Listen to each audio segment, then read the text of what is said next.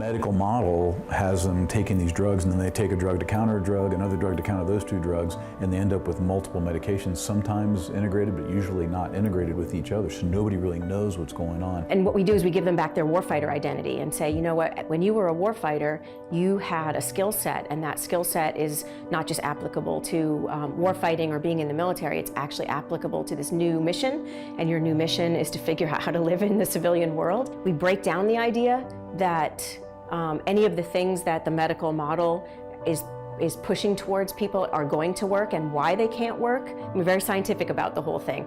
And then as we go through the week, replace them with things that will work. Probably the comment that sticks with me the most was one of the chaplains went through. And he was a young chaplain, a young Protestant chaplain, and he had his experience and he fell away completely from religion. He was no longer a practicing chaplain. He was no longer even active in his religion. And through the week, we started to see it kind of coming back, and he started using the words again, and you could see it. And then he started leading like a pastoral leadership role with the group a little bit more every day. And by graduation day on Saturday, he stood up at the graduation and he said, "I've never felt like more of a chaplain than this moment right now."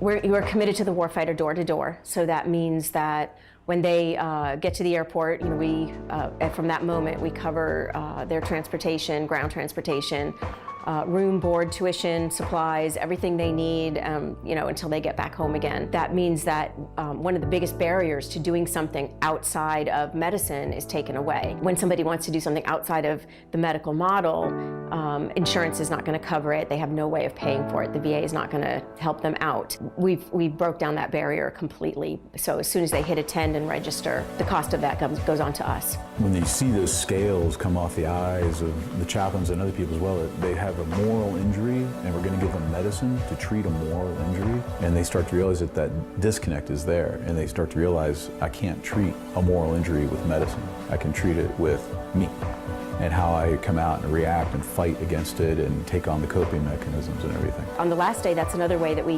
accentuate that this isn't treatment, is that we have a graduation on the last day.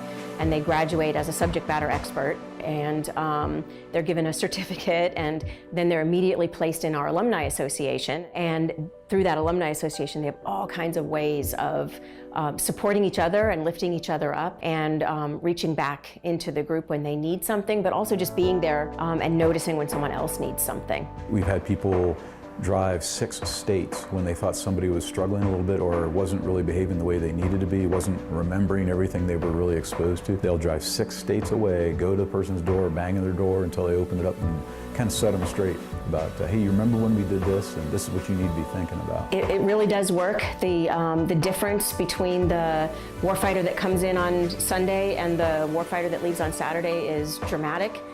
What I tell people that are kind of thinking, I don't know if I should do it, is I tell them you should come. It's a game changer. It's an absolute game changer. What the funding really goes towards is rebuilding families. What it's really paying for is people regaining their lives.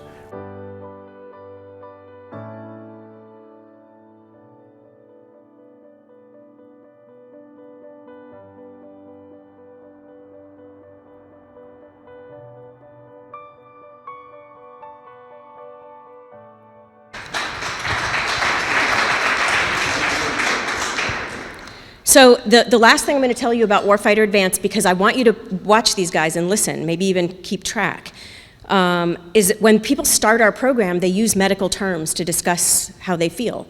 I have, fill in the blank. And they talk about their anxiety, their depression, their, all these words that they've sort of been trained to, their symptoms. By the end of the week, they no longer use medical terms to discuss their emotional experiences, their legitimate suffering, or their bad behavior. They just call it what it is. So instead of saying, I have PTSD, they'll start the sentence with, I experienced, and fill in the blank. It's so refreshing. So having said that, I'm going to give each of them a chance to give you an idea of their story, and then what we want after that is dialogue. So they are here to answer your questions about their experience, maybe you want to just ask, about them, but maybe you want to ask what you could do better. I don't know, whatever it is you need to know, but they are here to answer your questions. They're really brave. So.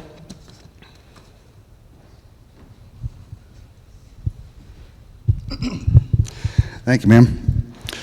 My name's Master Sergeant Troy Drasher, and my journey began several years ago when I started off experiencing many things like yourselves.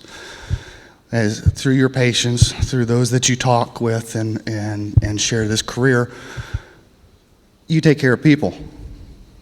And this isn't an engine that you can rebuild, something mechanical. Very organic, and I was a first sergeant. I had 2,200 troops. I was removed from the chain of command just so that 24 hours a day I'd have my phone and I was on call to be the one person in the military to hold my airman's hand and walk them through anything they're experiencing. The domestics, vehicle accidents, the fatalities, the losses of family, assaults, rapes, all the things that you hear about. I was the person, I had this privilege, I believe a blessing, to actually forget about my normal job and help them any way possible. If that wasn't hard enough for me personally, because I had a lot of compassion and I really wanted to connect to them, another one of my side jobs was mortuary affairs. So one day I could be talking to someone on my couch in my office about something that was going on, and a few days later I could be doing the post-lobotomy inspections, the autopsies, doing the paperwork, dressing them in a uniform, carrying them, presenting a flag to the family, notifying the families. And it was a very intimate job. And it took its toll. So I did what I was told, and I went to behavioral health. I had my concerns. I didn't want to trade one problem for another. Started with, I guess what some people consider low-end drugs. And a snowball started to happen. I was on top of my game. There wasn't anything I couldn't handle. Just when you get to that moment where you lose the shock and awe, like I've seen it all. But I was losing myself. Started taking drugs, prescribed drugs, lost myself, and next thing I know, I was retired. I had to leave when I couldn't give 100% for my airmen. I chose to walk away. And I was there with a 100% daily, all day long desire to die. I had a family that kept me alive, friends, but it was a desire that I had at all waking moments. If that wasn't bad enough, that inner voice that's inside of all of us, we have our conversations and things as such, started to become distant. In hindsight, I've learned what happened to me, but it became farther and farther away until it was a different person that I really didn't care for the things that were being said. An alumni reached out and said, you need to do what you got to do, get to Warfighter Advance. I don't know how I made it there. I was in my shell of my home, but I did. And I'm happy to say that here I am sitting in front of you, a genuine smile, able to feel feelings again, enjoy them, deal with them, adapt. October 10th of this year was my 1-year anniversary of Med-Free.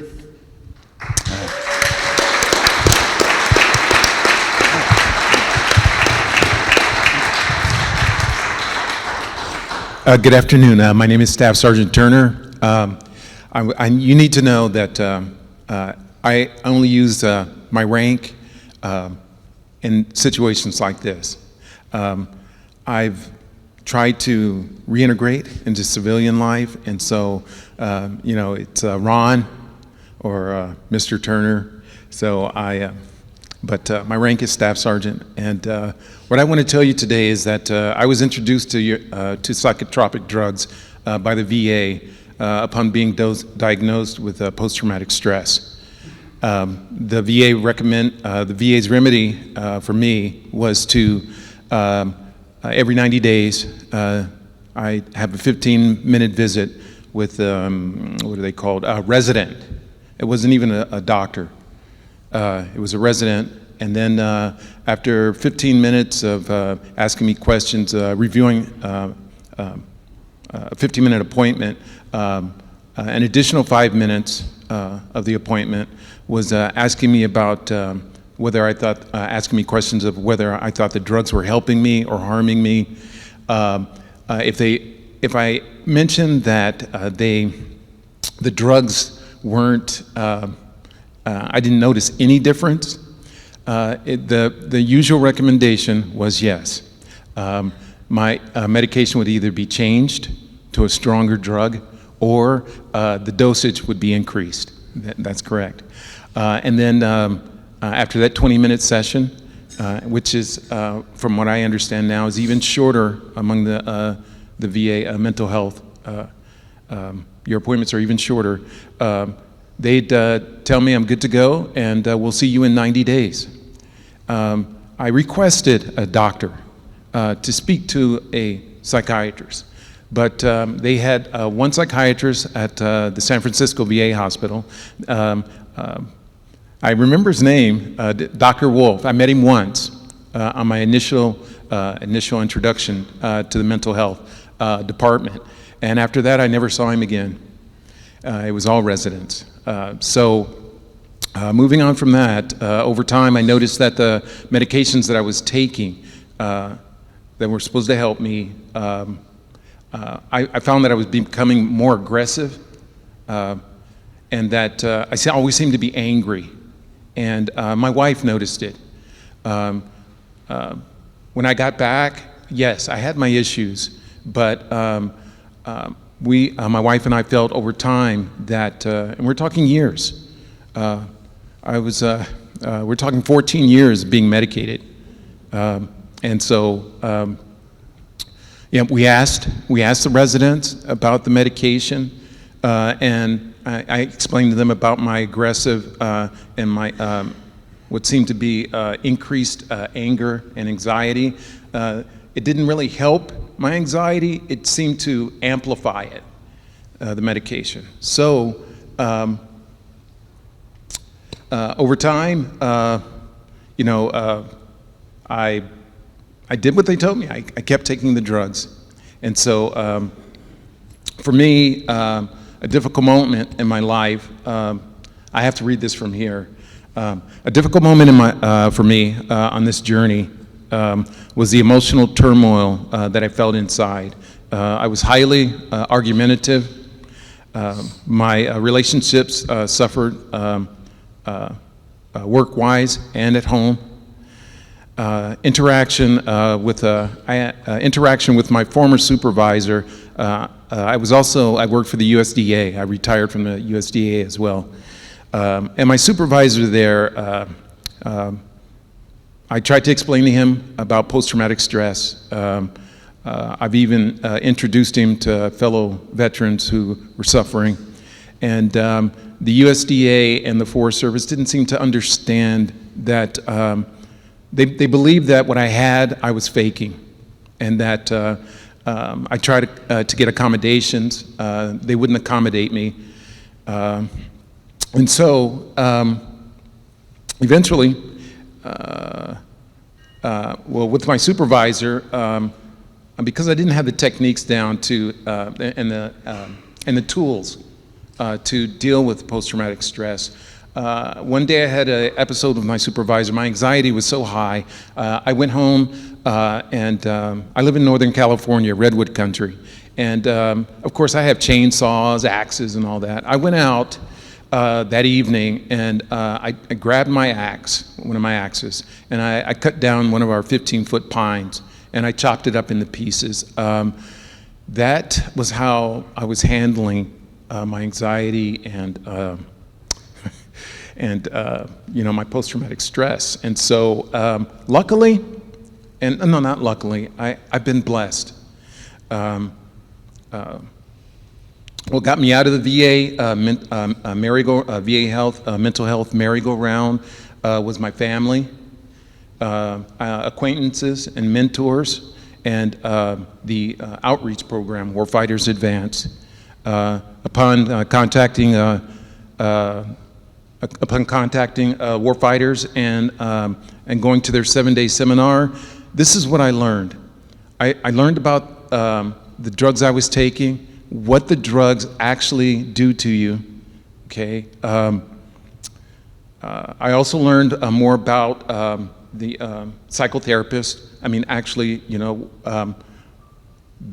that there were psychotherapists that were, you're not good or bad. It's just that some don't seem to understand that we're humans. And, you know, it's, especially in the VA, it's like a merry-go-round. You know, you come in, they give you the drugs, you're out. You see you in 90 days. You know, have a good day. So anyway, through Warfighters Advance, I learned about yoga. I don't know where Dr. Gordon is, but I did learn about meditation, breathing techniques. To this day, I still see a person every 3 months, but it's outside the VA system. My wife and I pay for my mental health through our insurance. And so the last thing I'd like to say is that I have new tools in my toolbox, if you'll understand what I'm saying. And I use them every day. And let's see here. I use the tools every day. And this has been a journey. It's been a 15-year journey, and it's a continuous one. I'm pretty sure that I will be looking for new tools and looking forward to working with all of you. And I'd like to just shout out to Dr. Gordon, Dr. Ruby, and Dr. Rawl, that these gentlemen are on the right path. And I have to say thank you to all of you.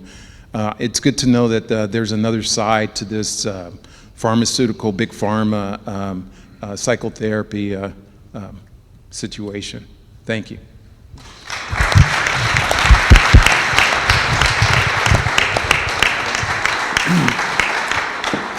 All right, I promise I'll make this short. Talking about my favorite subject to me, so I can go on forever. No, actually, there's one quote I'd like to share with you guys. It's from Sebastian Junger's book, Tribes. To me, it's probably the best book ever written on PTSD. And it says, in some ways, 20 minutes of combat, you can scrape together more life than most people can do in a lifetime of something else. Combat is where you might die, although that does. Combat isn't where you might die, although that sometimes does happen. It's where you find out whether or not you can keep on living. Do not underestimate the power of that revelation. Don't underestimate the things young men will wager in order to play that game one more time. And saying that, there's not a pill out there I found that can replace that feeling, but there's an awful lot of young kids out there being stuffed pills trying to replace that. And the thing that Warfighter Advance really has offered for me is it's replaced one of the things that a lot of vets out there are looking for, and that's the community, the tribe. Reconnecting with other vets. I mean, I'm blessed.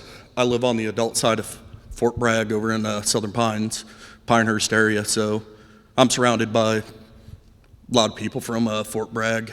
But that's not for everybody.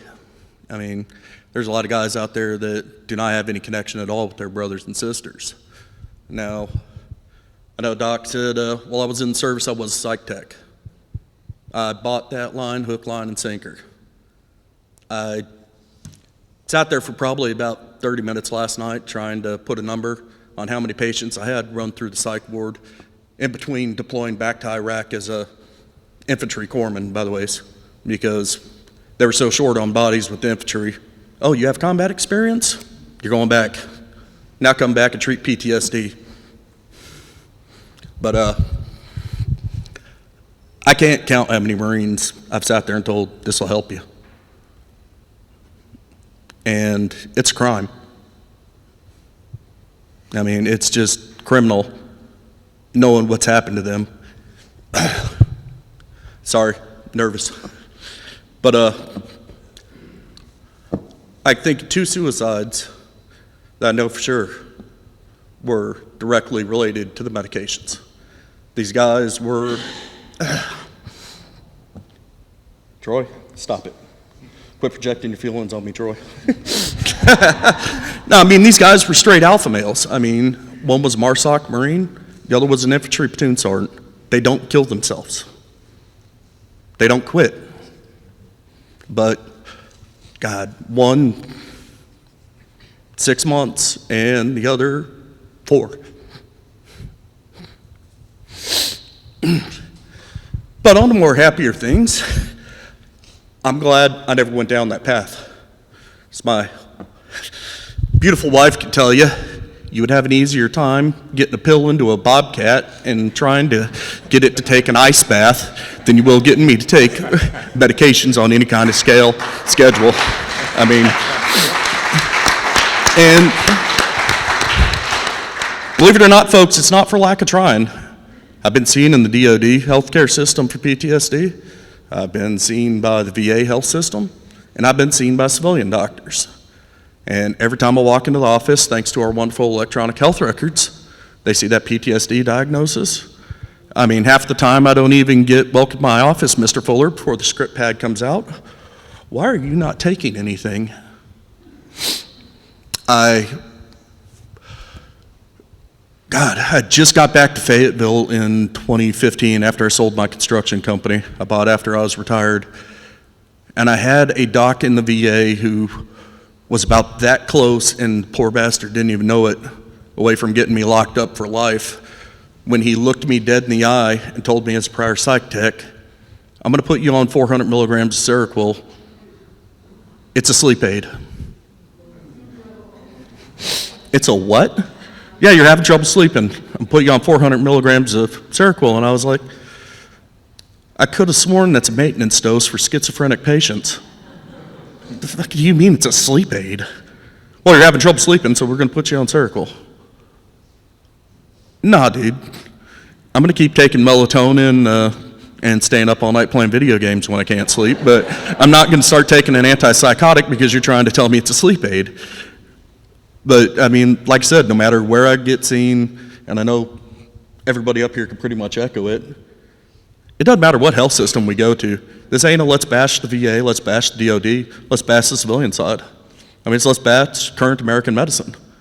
You walk in there with that scarlet letter of PTSD written on you, the first thing comes out is the script pads. I don't care what you have to say, how good you're doing. Oh, you're doing the little talk therapy, you're hanging out with your dog, that's awesome. Here's a pill. And something's got to happen, and I appreciate everybody in this room. I mean, when I saw all the professionals, paraprofessionals that we have in this room, I mean, God, there's actually some people out there that get it. And that's one thing that I never believed. I mean, before I went to Warfighter Advanced, I started, like I said, I've had friends commit suicide, and it's like, something's wrong here.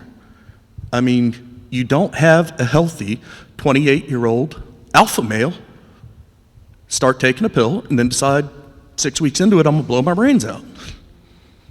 I mean, that kind of personality shift just isn't there. They've been through selection processes to make sure that they're not that guy. But that's about all I got to say before I start rambling. Appreciate you guys.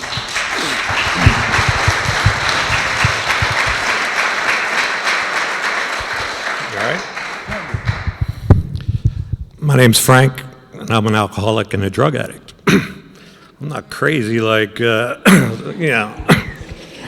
my story is a little bit different. I've never been prescribed psych meds. I went to Afghanistan in 2002 with a small team. I was asked to lead up a small team with guys and do some intel work, and I was excited to go. And I couldn't believe some of the things that I witnessed. Wasn't mentally ready to handle a lot of that. And I came back home after about 9 months. And when I got back home, I systematically started destroying everything in my life, everything from drywall to relationships, till pretty much everything was gone, and I became very suicidal. I had a lot of suicidal thoughts. And that went on for years, and I would try to suppress these thoughts with alcohol, and for a while it worked, and then it stops working, and it just makes it worse. And I felt like I was crazy, because I was in my backyard almost every night, drinking and putting loaded guns in my mouth and to my head.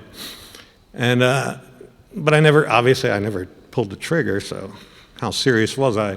But it was in 2006 when I was still active duty in the Navy, getting ready to retire in 2000, and I could have retired that year, and I wasn't sure what my plans were, whether I was going to stay in the Navy or kill myself. That was my choices, and I had a breakdown at work. I just started bawling, crying, and one of my junior sailors ratted me out to the bosses, and they all came down in a panic, like, what are you crying in front of your junior sailors for?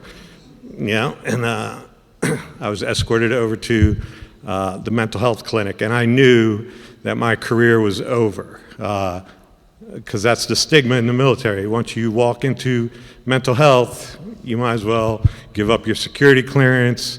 You know, you're going to have problems. And but I was lucky. The reason I wasn't prescribed any psych meds was because the first person I met was Doc Beaton. She just happened to be stationed where I was stationed. Didn't know her from a can of paint, and she sat me down, and I knew, you know, my survival instincts took over. I needed to lie and deny everything because she was going to screw me over. And, but she has a way of cutting through the BS, if you know her, and very quickly I just started talking. Started giving up state's evidence. And she labeled me an alcoholic, which was nice. Nobody's ever told me I was an alcoholic, seriously, until I met her. And you know, she guided me in the path of a 12-step program. This was 2006, 2007. And long story short, I got sober, was sober for a bunch of years, retired, you know, honorably, served my country 22 years. And then that was 2008. When I retired in 2009, I got a big job opportunity back overseas in Afghanistan, working for the Dutch intelligence people. And so I took it, and it was good money. I'm flying first class, and I'm thinking, me and my dopey little high school diploma is doing pretty good right now. And you know, I felt, you know, my ego was getting inflated, and it was around that time that I gave up going to my 12-step program, talking to the people I'm supposed to be talking to. I felt that I got it all under control. And in 2010, I got injured over there. I broke my back, or broke bones in my back. I don't really understand my injury that much, but I have bulging disc. I got a numb leg. And after the incident, went to a hospital over in Afghanistan. They, you know, loaded me up with pain meds. And I like pain meds a lot. And I knew it was going to be a problem because of everything I was taught in my little 12-step program. But I got prescribed a big bottle of pain meds after almost a month in the hospital over there, and they sent me home to recuperate with this bottle of meds. And I remember I was at my parents' house recuperating, and I had 12 pills left, and I said, I got to get rid of these things. They're gonna lead me down a path. So I did the right thing. I took 6 in the morning, and then at night I swallowed the last 6 all at once, and that's how I got rid of the pain pills. And that was it for me. I was done with the pain pills. But for the next couple years, I white-knuckled it. That's all I thought about, because I have an alcoholic brain. I have an addict's brain. That's all I really thought about, was getting back on those pain pills, because I was in pain. I wasn't able to run anymore or do anything like that. And somewhere around 2013, 2014, I finished the job in Afghanistan. I did wind up going back, came home, and I said, screw it. I'm going to pain management, because those are doctors, and they'll at least keep me honest. And they started prescribing me heavy dose. Well, started out me, I guess, a small dose, but within a month, I was abusing them, and I was begging them for more. And It was funny, the more I took them, the more my pain increased. I mean, my pain was horrible. I couldn't even drive. I could drive for 10 minutes, I'd have to get out, stretch, and all this crazy stuff. So I kept begging them for more, and they did. They kept giving me more. And at the end, they gave me, I was getting 30 milligram hydrocodones 8 times a day. And those pills, it was 240 pills a month, and those 240 pills would last me 9 days.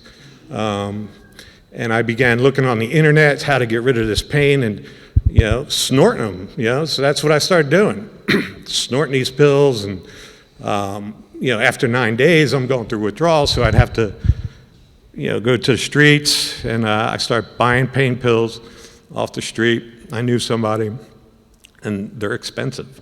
But I said, it's better than heroin, and I'm being prescribed them, so I'm not really an addict. And this went on for years, and then the alcohol slowly came back, and the misery certainly came back tenfold to where I just wanted to die again. And it was this year that I made a decision. I have to stop going to work because I can't function. So I told work a big lie, said I had to take care of my sick mother, and they bought it. And I stayed home, and I was trying to figure out how am I going to get off the pain pills. I was taking now Xanax illegally. I was buying that shit off the street. And in May, I know about methadone, and I said, that's my only hope because I cannot stop taking these pills. I can't stop drinking now. And I started mainlining them. At 50 years old, I started shooting these pills into my veins, which made me sick. Just thinking about it. But that's what I did. And so then I go to the methadone clinic in May, and I start taking methadone. And within 3 days, I'm taking methadone, plus the pain pills, plus the Xanax, plus everything else I was doing. And in August of this year, I made the decision that I'm done. So I took my methadone, my pain pills, and some Xanax, and I took a little ride through my neighborhood, and I decided to steer my truck into a tree, trying to kill myself. And it didn't work out, but I wound up in the hospital in a makeshift psych ward in our hokey little town. We have this hokey little hospital that probably kills more people than it saves. But I had friends from Warfighter come, my Alcoholics Anonymous friends. Doc Veaton, a bunch of people came. I don't remember most of it, but something set in. If I can't kill myself correctly, I'm going to just man up and cold turkey everything. So I did. I cold turkeyed methadone, pain pills, Xanax, and booze. And what I forgot to mention was one of my last times that I was mainlining, I thought it would be a good idea to mainline booze because that's not drinking, and thank God, I couldn't find a vein. There was blood everywhere from me doing it all day. And then something came over me and said, well, that's crazy, isn't it? But thank God, I don't know what would happen if you mainlined booze, but probably not anything good. Nothing good. But yeah, that's my story, and I've been clean 48 days. Thank you.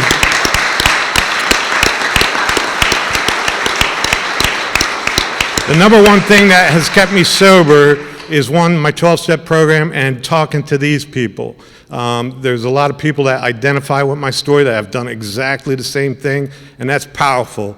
When I'm sitting in my kitchen, laying on my floor, just wishing God would kill me, to understand that I'm not the only crazy person out there. There's other people that I can relate to and that have reached out and helped me. And if it wasn't for this program and my 12-step program, I would definitely be dead. And that's all I got. Thanks for letting me share.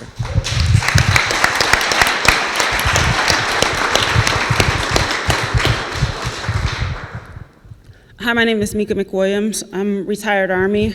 The best way I figured to do this was to give you all a timeline of the whole 37 years of my life. So I'm going to begin by starting with my childhood. I came up in the best way that I can describe is like a Montessori style upbringing. by Montessori, I basically mean neither one of my parents were home, so us children, we raised ourselves and we raised each other.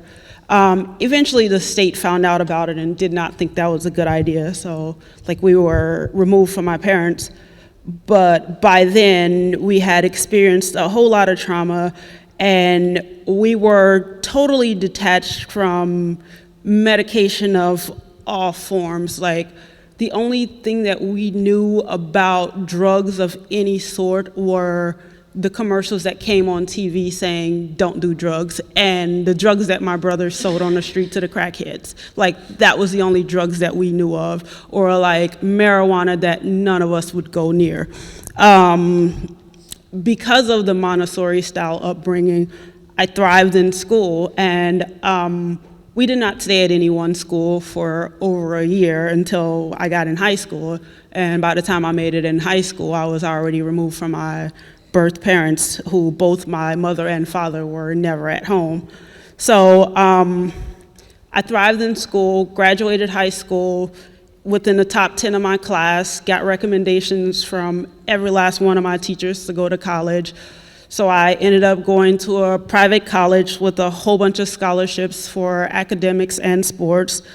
I ended up dropping out of college my junior year, joined the Army because my little brother tricked me into joining the Army. He decided that it would be a really good idea for us to do the buddy program, and he decided he didn't want to be a buddy after I completed basic training. He said, you go ahead and I'll join you eventually, and then he started his own business and became very successful in his business and said, you just go ahead and do that and I'll do my own thing. So that was my way of getting into the military. I had no real concept of what the military was, except that I was doing it for my brother. And I eventually liked it, and because of my upbringing and the independence that I had as a child, the military was perfect for me. Like, it was very easy for me to do what I was told. I was very athletic, so I had no problem with doing a whole lot of exercises and running around, and like basically everything about the military lifestyle fit me perfectly. So I was very successful in the military, promoted very quickly. At the peak of my career, I was a sergeant in Iraq, directly responsible or in charge of supervising and paying 150 Iraqi men who highly respected me. And if you know anything about Iraqi men, they don't like women. So I considered that to be a very big thing, because the fact that they did not like women and they were like, hey, we love you, was really big for me. I had, at that same time, 12 soldiers who directly reported to me, so I felt like that was pretty cool. Throughout my military career, I deployed a whole lot. Within my first 8 years in the military, I was in the States a year and deployed a year, and in the States a year, and then deployed 18 months. And that was like the lifestyle that I had my first 8 years in the military. And throughout my deployment, it wasn't perfect, but it was perfect for me. And my last deployment, I experienced some traumas, but after I came back, I was still highly effective and achieved honor grad at the advanced leader course. And then I got orders to Fort Knox, Kentucky. And once I got to Fort Knox, Kentucky, it was kind of a different world for me, because when I was stationed in Texas, everything for me seemed perfect. I was the perfect soldier, highly regarded by the leadership, and like handpicked for special assignments that most senior NCOs don't get, and most senior leadership are not privileged to have, but I, as a young sergeant, had it, and I was really proud of myself and really proud of that, and all of my soldiers would always say, oh, you're the best. And like, I took pride in my abilities to do my job and do my job well. Like, I kind of felt invincible, because I felt like I'm doing what I was meant to do. This is what I was built to do. My whole life is based on this. Like, I chose to not have kids because I wanted to be the best at my job in the military. And like, the military was not on my radar as a child. It was never something that I had aspired to do, but once I did it, I enjoyed it. So when I got to Fort Knox, it was a completely different atmosphere. They were not scheduled to deploy, and I was so used to deploying and things like that. But then the thing about Fort Knox was, I bought a house before I got there because I didn't want to live in a barracks. That was like a very odd thing for me to do. As a young sergeant, I think I was like 31 when I got there, and I just bought a house so I didn't have to live in a barracks. But the thing that was odd about Fort Knox was, I left my house every morning at 4:30 and did not get home until a little bit after 10:30 every night. And we were required to be on base working, which really consists of maybe 4 hours of work and the rest standing around staring at each other. And we were told to make sure that our soldiers were doing the same thing, and I did not really like that. I couldn't understand that concept of us not really doing anything productive. Like, I was so used to producing and doing stuff and serving a purpose. Like, all of my time in the military had been either being at war, preparing to go to war, recovering from war. So being at Fort Knox, I felt like, okay, we're wasting each other's time. And when I first got there, my first day, I had 2 soldiers that were in jail and 1 soldier that I was supposed to be taking to turn himself in to the jailhouse.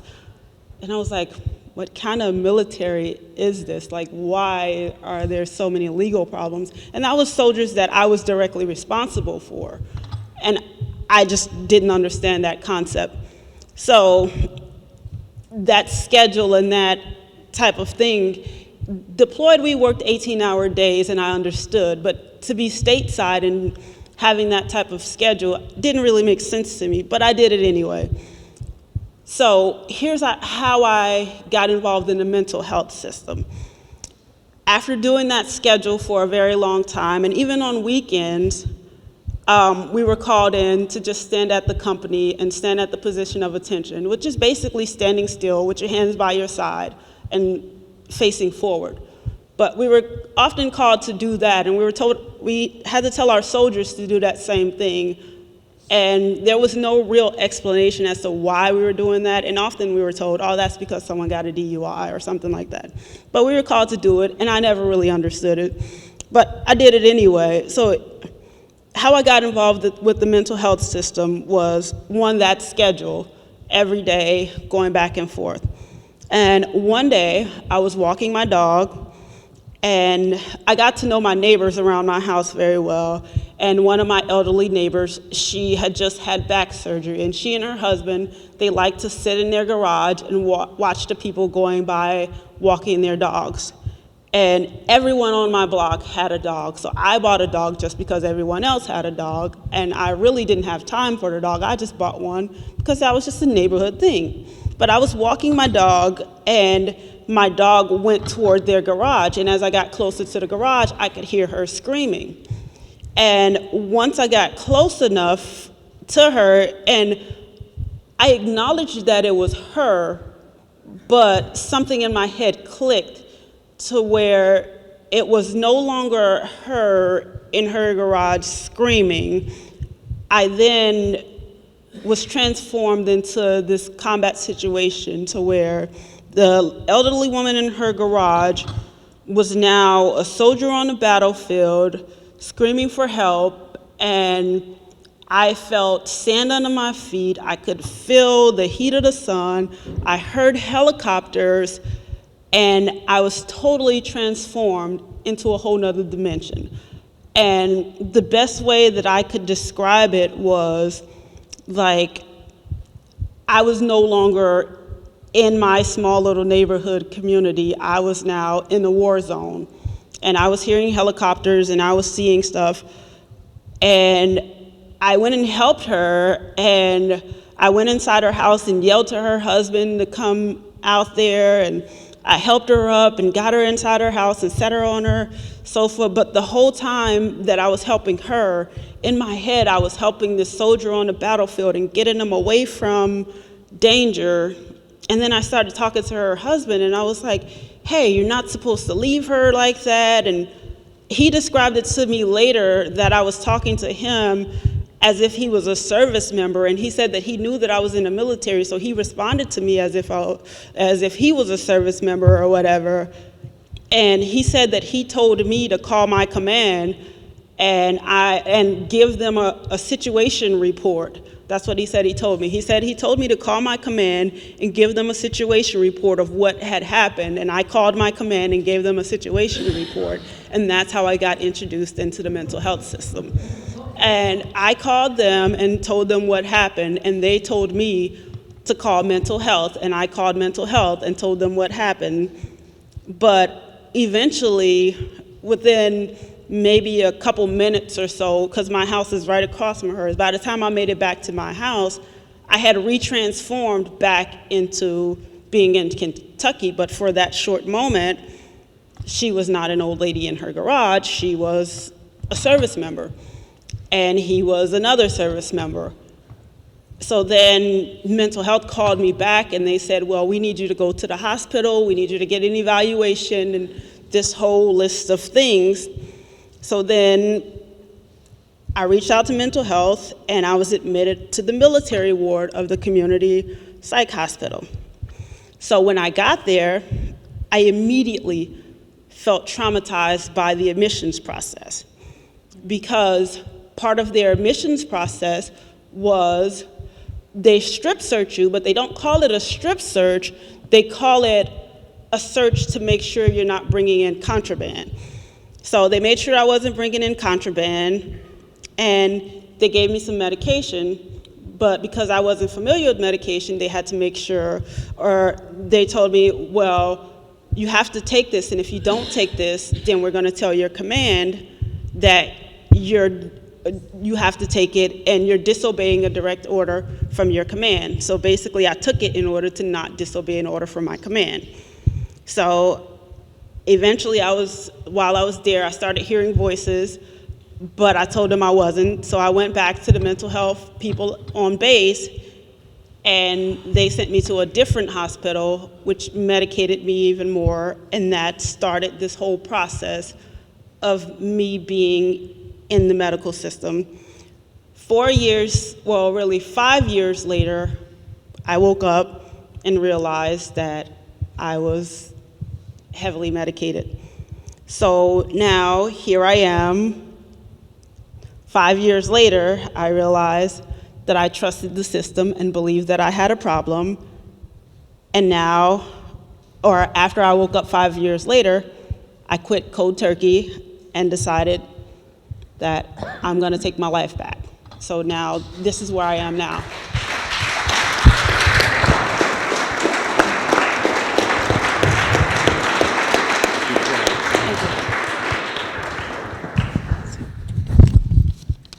Good afternoon. Let me backtrack a little bit. I retired after 20 years in the military as a combat vet, and combat vet kind of plays into my story. Part of my career, I worked in the black ops world, if anyone's familiar with that. Extremely high tempo job. Unfortunately, I kind of padded the numbers on our deployment. I deployed about 70 different times, and 70 does not include classified deployments. Classified deployments is a whole different other bailiwick.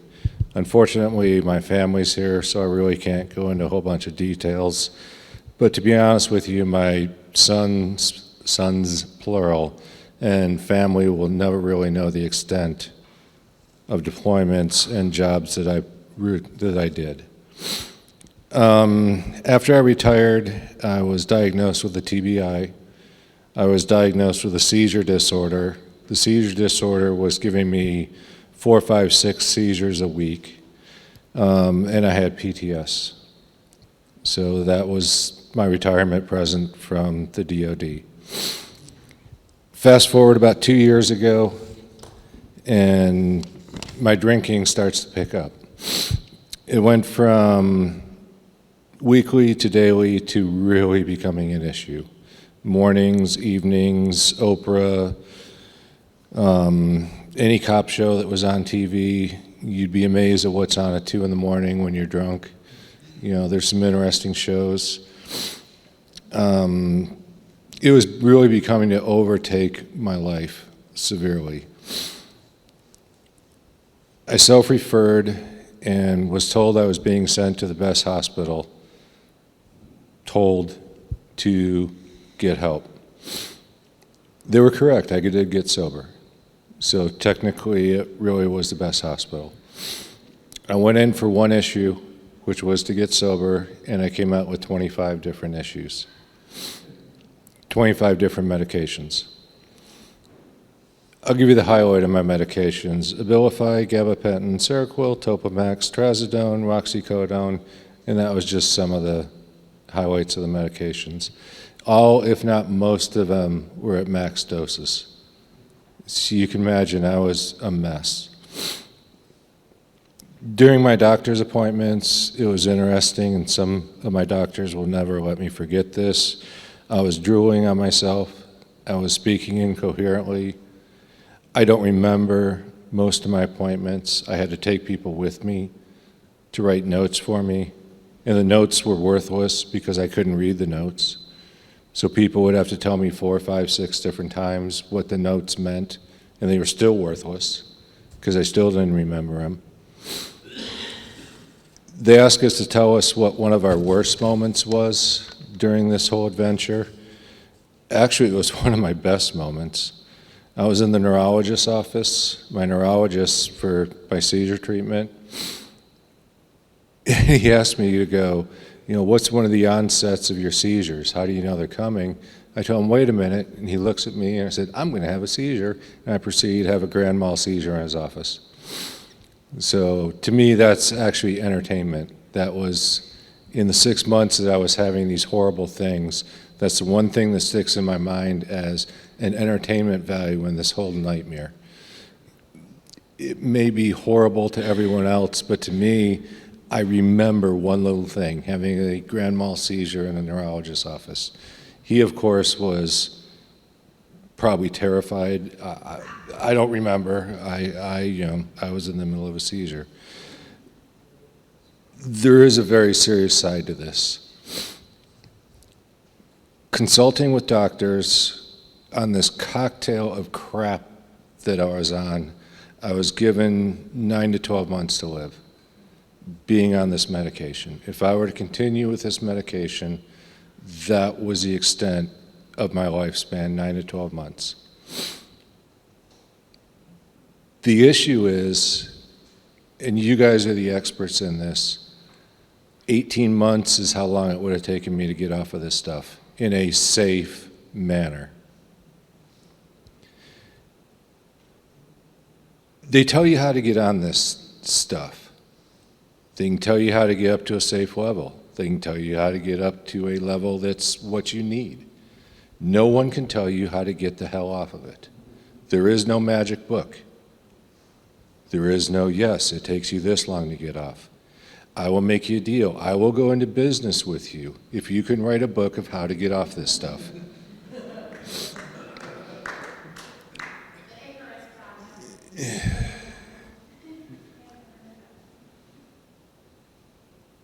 Nine months, I would be dead if I were to listen to the experts and get off this stuff the way that you're supposed to. The numbers don't add up. I would be dead from the medication in 9 months. I really didn't plan on dying. That's kind of one of those self-preservation things that come in. Combat kind of teaches you that. Combat teaches you that you really don't voluntarily want to die. That's why I talk about the combat veteran thing. It really teaches you that dying's kind of on the low scale of things that you want to do that day. And that was one of them. Withdrawing from alcohol really pushes you on that psychological thing. You really have to stop wanting to drink if you're an alcoholic. You have to have that mental portion of you to stop drinking. Yes, you can go 12-step, you can do all this, but absolutely nothing stops you from driving to the liquor store and picking up a bottle. You really have to have that mindset, have those friends, have that program, have that toolbox, have everything else, and really want to do it. What do? Picked 4 of the worst medications. Didn't randomly pick them out of a jar. Talked with a couple of doctors. Said if you were to pick 4 really bad medications, what would they be? Didn't tell them what I was going to do. Said, give me 4. And I stopped them. What was my option? I didn't have one. So I stopped them. 3 weeks, I sequestered myself in the house. One of 2 things was going to happen. I was going to stop them and I was going to be alive. I was going to stop them and I was going to die. There's not much to choices that you have involved in there. It was 3 weeks of sucky ass hell. There is no other description that you can have on it.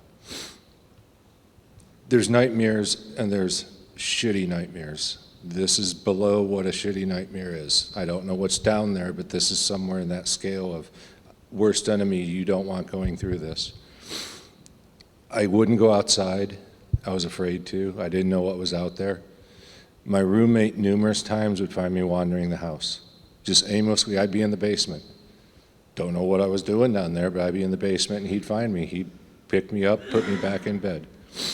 I had people stop over. I don't remember. I don't know who stopped by. I don't know what they were doing there. People bring me dinner. I don't know what it was. I don't remember. 3 weeks of my life are gone. I don't remember it, which may be a good thing. Maybe that's a self-preservation that you guys are the experts. You can probably tell me some great medical diagnosis of it. But 3 weeks of my life are gone, and I'm okay with that. I woke up one day and I was alive. That's all I remember, is I woke up and I knew it was okay. I don't know why. I don't know what the reason was in my brain, but it was okay. And at that point in time, I was going to be okay. And that's the only thing I can really put in words, is I didn't die. Don't know why. Don't have an explanation for it. Don't want one. Don't care. I'm not into philosophy. I was alive. I walked outside and there were birds, there were trees, there was smell, there was grass. There was all the little things that everyone takes for granted. The little irritating things of, I have to mow the grass, I have to do this, and it was amazing. I took this one for a walk. It was one of the best days I've ever had. The biggest issue is after reality sets in that you're alive, you realize now the fight for your life begins. Because the problem with this medication is for the next, I don't know how many years, it's still in my system. And it's going to stay there. And I can tell you, I know when it comes out. It's in my marrow, it's in my fat, it's in me. And I can wake up one day and I can feel it come out. And there's absolutely nothing that I can do about it. And it's because the doctors were supposed to get me sober, not give me issues, and I still have to deal with it. But I'm alive. And to be honest with you, that is more important. Do I deal with the inconvenience? Yeah, it's an inconvenience because I can talk to you people today. So, do I hold malice towards the doctors? No. Yeah, I know. Well, no, because I don't. They did whatever they thought was right at the time. There's no point in me going after them. There's no point in me yelling at them. There's no point in me suing them. There's no point in any of that. You know, I deal with it and I move on. You know, what else am I going to do? But again, I'm here, I'm talking to you, and I have this one with me. So that's all I got.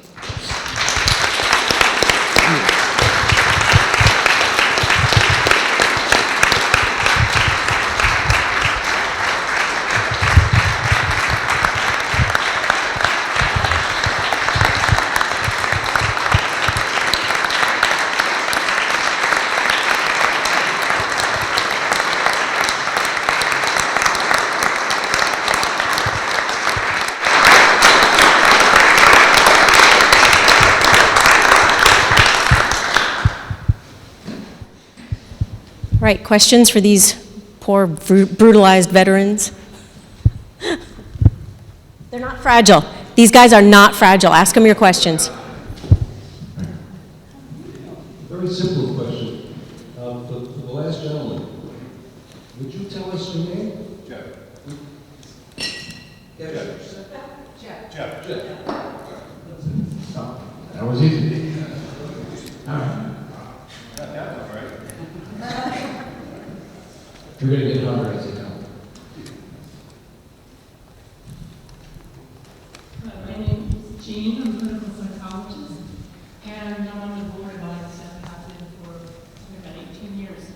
And I was talking with Troy during one of the breaks. So I think you all would be some of the best people to help advise us as to how to strengthen our conferences going forward. How to get the word out to people like yourselves and your families and other people you know.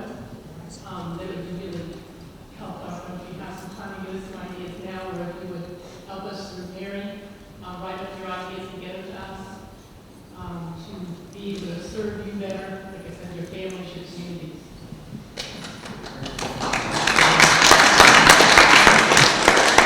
Do you guys want to come up with some answers now, or just later on maybe consult and do that? What are your thoughts? A little later? Okay, all right, good. They don't know who Mary is. That's the problem here. You know, as I was listening too, I thought, you know, I can't wait till we get this video edited because, you know, to be honest, I see it as every person enlisting into any of the military should witness and listen to something like that at the onset. Because, you know, when we're young and we're kids, we're taught about predators and the lookout for predators and child molesters and all these bad things that could happen to us. But nobody ever warns us about, I hate to say it, our doctors and the drug companies and those predators that prey on us, and especially the military and people who are suffering. Because I think that's what they ultimately, they mean well, but they just don't know better. And it ends up, you know, hurting people. The problem is every one of us were taught to believe our doctors. And that's the mistake in the beginning, is you can poll every one of us. Why wouldn't we believe our doctors? You know, I went into rehab believing what the doctors told me. Take this pill. Why? Well, because it's going to make you feel better when you go through rehab. It'll help with the withdrawals, blah, blah, blah, blah, blah. Makes sense to me. I'm in rehab. I don't have time to research this. Plus, somebody mentioned, I think it was Sergeant Williams, you had mentioned that when they told you to take it, you weren't quite sure, you know, or they directly told you, if you don't take this, you're disobeying a direct order. And I know that that's an issue that comes up, you know, in the DOD of whether or not, is it a direct order, or does, you know, a soldier have the right to say no? Actually, it's an unlawful order, but they still tell people that on military inpatient mental health wards all the time. But You can look that up, DOD Instruction 6000.4 on informed consent. It is an illegal order.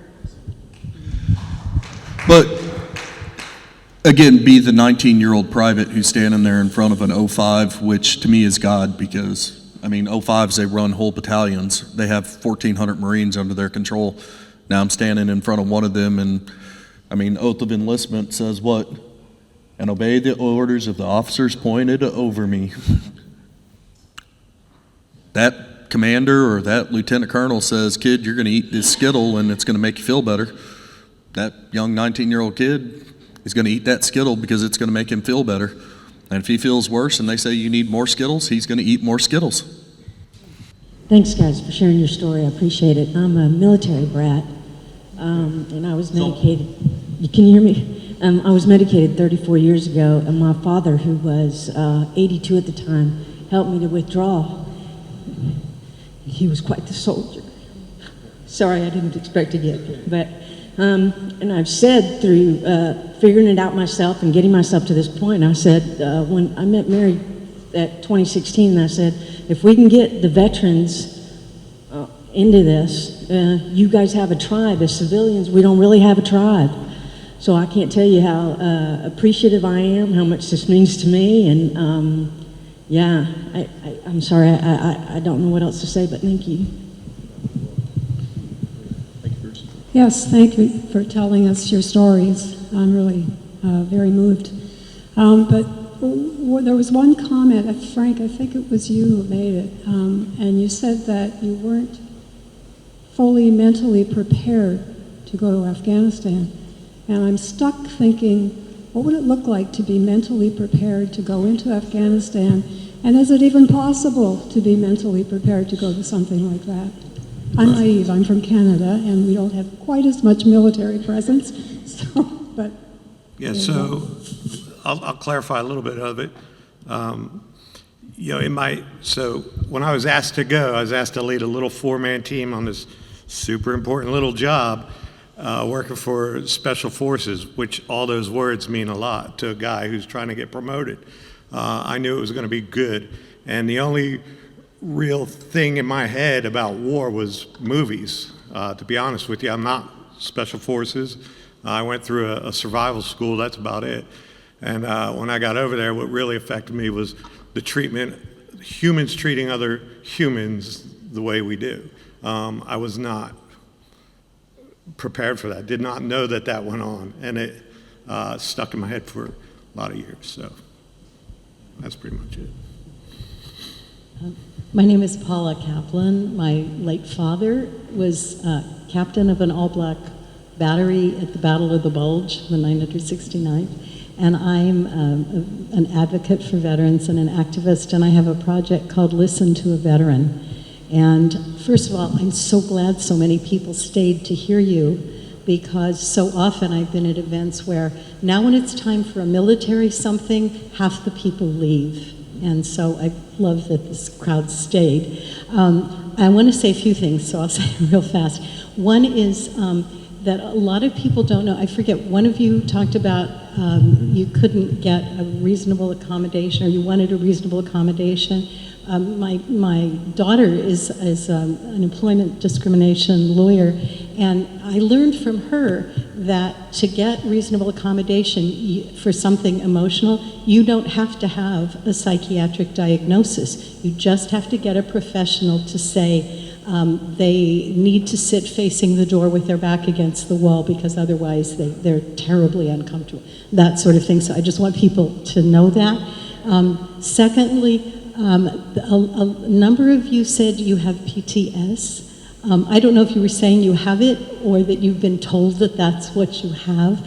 I made a film about this called Is Anybody Listening, in which I said, you know, leaving off the D, it's going to be generations before, when people hear PTS, they stop thinking D disorder.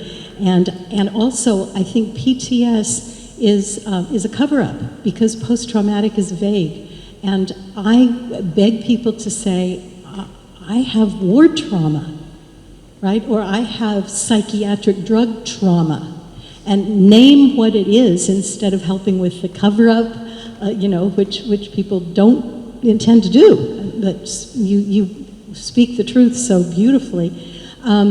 Third thing, I started Listen to a Veteran because I think it's wonderful that there are programs like Mary Veaton's that you all have been in, where veterans talk to and listen to other veterans. But since 93% of Americans have never served in the military, I really am alarmed by the gulf between veterans and non-veterans. So in Listen to a Veteran, and I want to offer you this and any of your people, we find a non-veteran who ideally isn't a therapist or won't act like one, and we put a non-veteran in a room with a veteran from any era, combat or not, and the two people are told, you're going to have a listening session where the non-veteran is going to start it with one sentence, which is, as an American, I take some responsibility for what you experienced in the military and trying to come home. And if you want to talk, I will listen for as long as you wish to speak, and I will not judge. And then the listener just listens, but with their whole heart and 100% of their attention. And it's phenomenal what comes out of that. So I want to make that offer to you all because I think it's really important. You all served in our name. And whatever our politics, you served in the U.S. military, and I think it's bad for non-veterans not to have a clue what you've been through. And so I hope this will go all over YouTube, and I want to make an offer to you, which is that I have this website, Listen to a Veteran, and there's a little section called Vets Tell Their Stories, and I'm just starting to get stuff on there. You all said, why would I even yell at my doctor or talk to my doctor? I want to urge you to consider writing to the people who prescribed the medication or who diagnosed you, and just, so you can get angry or not, but just say, here's what you did and here's what resulted from it. I want you to know, and here's how I got to feeling better. And then either send it or not send it to them, but send it to me, and with or without your names, and I'd love to put that on the website. And thank you all. See, this is what, some of my graduate students did, this is my last thing, I'm sorry. Some of my graduate students did a little survey of stereotypic ideas that non-vets have about vets and that vets have about non-vets. And the non-vets tend to classify veterans as not human, either superhuman, you are perfect and you're tough and everything's great and you can handle anything, or the lowest of the low. I have had people say, why do you want to work with veterans? They all signed up so they could go kill people. And so that's why non-veterans need to hear from you as much as you possibly can manage to speak to us, because your humanity comes through so powerfully, and your beauty and integrity. Thank you.